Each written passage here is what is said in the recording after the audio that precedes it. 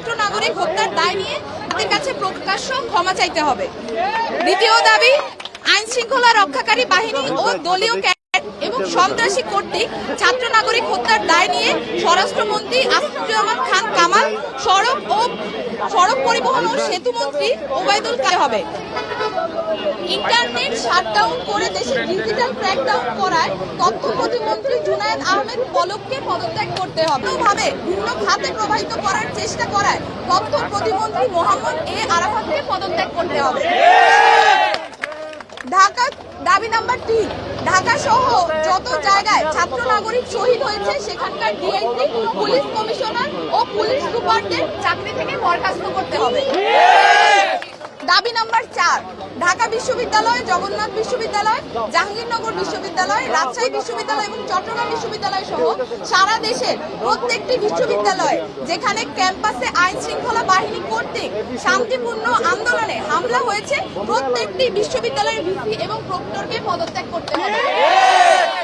দাবি নাম্বার, নৃশংস হামলা পরিচালনা করেছে এবং যে সকল নির্বাহী ম্যাজিস্ট্রেট, পুলিশ ও সেনা কর্মকর্তাদেরকে নিরস্ত্র ছাত্র নাগরিকদের উপর গুলি করার নির্দেশ দিয়েছে তাদেরকে আটক করে হত্যা মামলা দায়ের করতে হবে ও দ্রুততম সময়ের মধ্যে গ্রেফতার করতে হবে।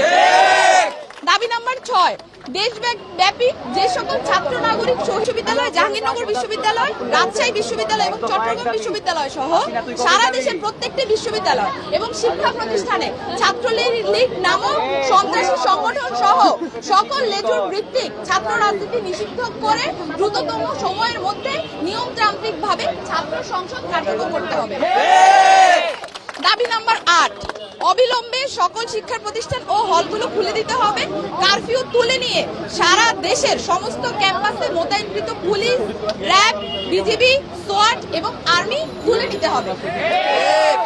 দাবি নাম্বার 9, বৈষম্য বিরোধী ছাত্র আন্দোলনের সাথে সম্পৃক্ত শিক্ষার্থীদের একাডেমিক ও প্রশাসনিক কোনো ধরনের হয়রানি করা হবে না, এই মর্মে অঙ্গীকার করতে হবে। ইতিমধ্যে গণগ্রেফতার ও পুলিশি হয়রানির শিকার সমন্বয়ক বৃন্দ ও ছাত্র নাগরিকদের অবিলম্বে মুক্তি দিতে হবে ও সকল মামলা প্রত্যাহার করতে হবে।